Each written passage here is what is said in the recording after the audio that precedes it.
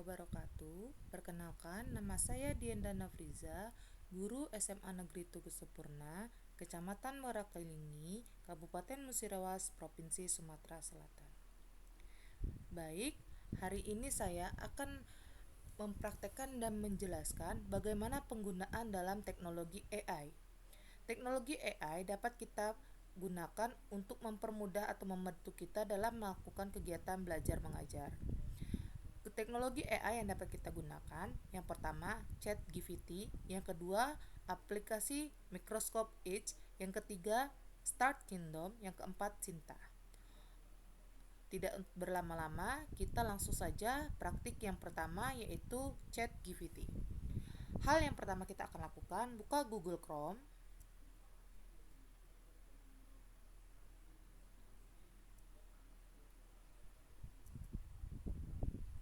Selanjutnya, kita melakukan pencarian ChatGPT.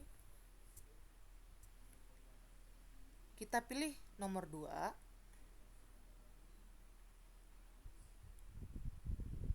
Pada ChatGPT ini, kita bisa mencari mata pelajaran pada materi yang kita akan ajarkan pada sekolah, pada kegiatan belajar mengajar. Kita contohkan seperti saya, guru biologi, maka saya akan membuat rencana pembelajaran materi biologi, materinya, dan lain-lain. Kita contohkan RPP, kita ambil jaringan tumbuhan. Nah, dengan secara otomatis nanti ChatGPT akan membuat RPP yang kita inginkan. Apabila kita ingin mengetahui materi lebih detailnya jaringan tumbuhan, cukup kita buat materinya. Setelah kita ingin mengetahui lebih lanjut, misalnya soal pilihan ganda 10 dan esai 5. Nah, dengan seperti ini nanti ChatGPT akan memberikan solusi terhadap pencarian atau informasi yang akan kita inginkan. Nah, di sini kita contohkan, kita ada pertanyaan namun tidak ada jawaban, cukup kita klik jawabannya.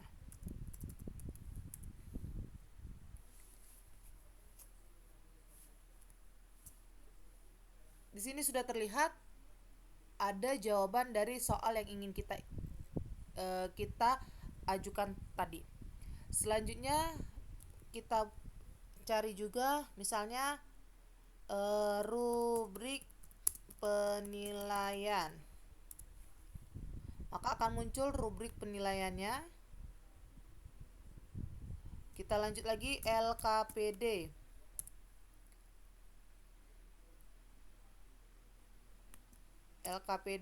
Nah, inilah salah satu fungsi dari ChatGPT, membantu kita untuk menemukan informasi yang ingin kita dapatkan. ChatGPT ini ada yang berbasis berbayar ataupun ada yang gratis. Nah, apabila kita yang berbayar, maka kita akan mendapatkan bantuan lain ataupun pencarian lain, bukan hanya dalam bentuk kata-kata, namun kita bisa melampirkan seperti video atau foto ataupun file dokumen PPT untuk kita terjemahkan atau kita artikan. Kita contoh, kita mau ambil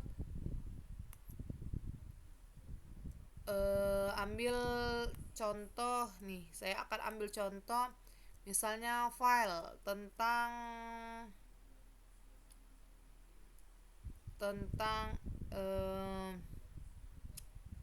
nih, kita contoh misalnya laporan kegiatan kesiswaan, kita tarik lalu kita pindahkan ke ChatGPT. Nah, kalau kita menggunakan yang Pro, maka nanti dia akan muncul, kita cukup klik atau kita ketik apa isi dari file tersebut. Mungkin itu saja untuk pengenalan atau mempraktikkan ChatGPT tersebut. Semoga bisa dipahami. Kita lanjut aplikasi kedua, yaitu Microsoft Edge. Baik, nah Microsoft Edge apabila tidak ada di dalam desktop komputer atau laptop, maka kita bisa melakukan pencarian dengan cara klik pencarian, klik saja Microsoft Edge. Nah, nanti kita klik 2 kali, maka akan muncul seperti ini. Pada Microsoft Edge, kita bisa melakukan pencarian, pentranslitan, ataupun membaca berita yang ada pada Microsoft Edge. Kita contohkan, kita akan membaca artikel ataupun berita pada Microsoft Edge. Kita buat misalnya Jakarta Post. Sekalian kita akan mentranslatekan bagaimana kita mengetahui isi berita Jakarta Post ini sehingga kita mudah memahaminya. Di sini sudah terlihat bahwa Jakarta Post tersebut berisikan tentang berita-berita yang menggunakan bahasa Inggris. Maka dari itu kita akan ubah agar kita mudah memahami dan mengerti apa yang terdapat dalam bacaan tersebut. Hal yang akan kita lakukan yaitu klik titik 3, atau kita lebih mempermudahnya klik kanan. Selanjutnya kita translate to Indonesia. Kita tunggu prosesnya. Nah, di sini sudah terlihat bahwa perubahan bahasa dari bahasa Inggris ke bahasa Indonesia tadi sudah berubah. Maka kita tinggal klik saja berita yang ingin kita baca. Di sini terlihat apa maksud dan tujuan dari berita tadi. Nah, apabila dia masih bahasa Inggris, kita cukup klik saja translate lagi to Indonesia. Tunggu proses sampai selesai. Nah, dengan seperti ini kita bisa mengetahui berita yang disampaikan pada laman Jakarta Post tersebut. Bisa juga kita menggunakan translate dengan menggunakan bahasa lain. Kita contoh, translate. Nah, ini kita bisa pilih kita ingin mentranslatekan dalam bahasa apa. Contoh, misalnya kita menggunakan bahasa Spanyol. Oke, kita menggunakan bahasa Indonesia ke bahasa Spanyol misalnya. Saya lagi belajar aplikasi Microsoft Edge. Nah, ini kalau kita translatekan dalam bahasa Inggris, bagaimana kita rubah dengan bahasa Spanyol? Maka dia akan muncul seperti ini. Spanyol. Oke. Apabila sulit kita ini nih. Maka dia akan muncul seperti ini. Ini dalam bahasa Spanyol. Inilah guna ataupun fungsi dari Microsoft Edge, bukan hanya sebagai pembaca berita ataupun pentranslate, namun kita bisa melakukan pencarian dengan Microsoft Edge. Semoga bisa dipahami. Kita lanjut ke situs yang ketiga, yaitu Start Kingdom. Nah, di Start Kingdom kita bisa klik di pencarian Start Kingdom.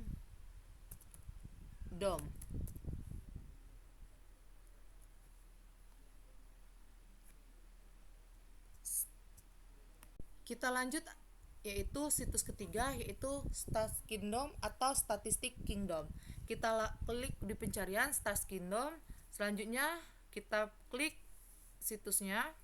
Nah, pada Start Kingdom ini membantu kita dalam menentukan seperti informasi statistik ataupun yang lainnya. Ini biasanya digunakan membantu guru ataupun dosen dalam melakukan penyelesaian skripsi ataupun tesis. Kita akan contohkan dalam pengerjaan deskripsi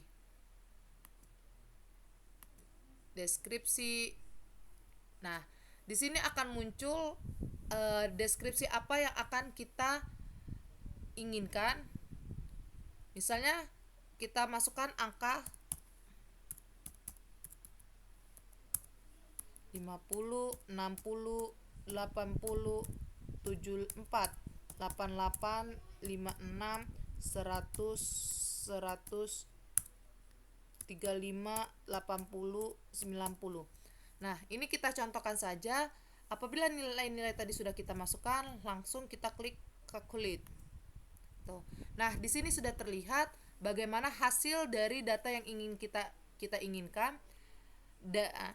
Data tersebut muncul apabila kita mengklik di bagian ini. Nah, yang dari itu kita dapatkan contoh misalnya ada 14 data yang diobservasi, nilai minimum 25, maksimum 100, ringnya 75, rata-ratanya 71, terus totalnya 995, standar deviasinya itu 23, variannya 544, kuartil 1-nya 56, median atau kuartil 2-nya 77, kuartil 3-nya 90, dan lain-lain. Ini hasil deskriptif yang kita peroleh dari data yang kita masukkan. Langkah selanjutnya yaitu kita melakukan pembuatan, misalnya kita kembalikan dulu, misalnya seperti ini kita contohkan, yaitu nah ini peer test. Nah, di sini kita bisa melihat nilai after before-nya. Kita contohkan misalnya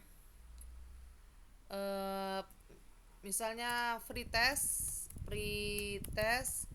dan di sini misalnya post test. Nah, kita masukkan saja nilainya 25, misalnya 60, 70, 95, misalnya 80. Jangan lupa di enter. Oke, maaf tadi lupa di enter. Oke, kita enter. Selanjutnya kita ubah yang post testnya misalnya 75, 80, 75, 80, 85, 85, terus 100, 100. Nah, setelah kita sudah memasukkan datanya, lalu kita klik calculate. Nah, di sini terlihat yaitu bagaimana kita pengerjaan dari nilai pretest dan post test tadi. Nah, dengan menggunakan sampel UGT. Ini kita contohkan adalah sampel UGT. Banyak lagi yang bisa kita gunakan atau kita pakai dalam statistik kingdom tersebut. Nah, bisa kita lihat banyak sekali data-data yang perlu yang bisa kita gunakan untuk membantunya.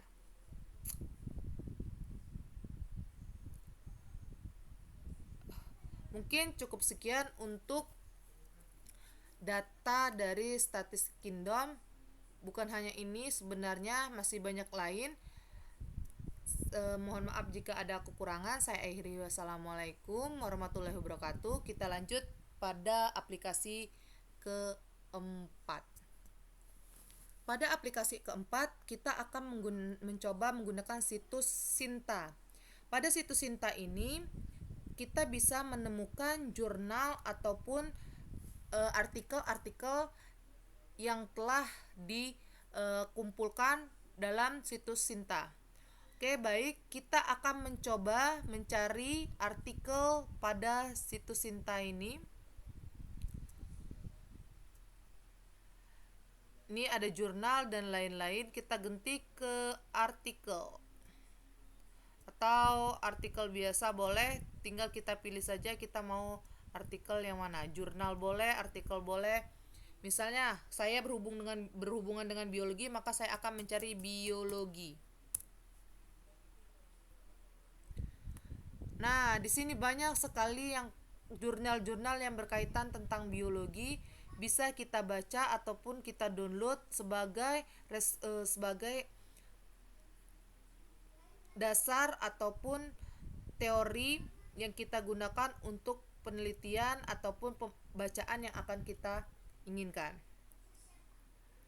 Nah, inilah untuk penggunaan Sinta, bukan hanya ini tapi masih banyak lagi. Misalnya kita contoh Corpus Dokumen, tadi artikel misalnya biologi kita cari. Nah, kita cari. Nah, ini semua adalah hasil artikel yang penelitian yang sudah orang lain lakukan dan di-upload dalam bentuk jurnal Corpus Dokumen. Terima kasih untuk penjelasan dari aplikasi ataupun situs Sinta ini.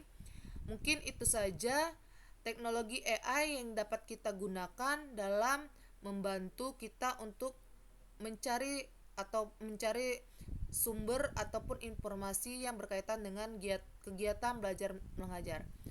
Kurang lebih saya mohon maaf. Saya akhiri. Wassalamualaikum warahmatullahi wabarakatuh.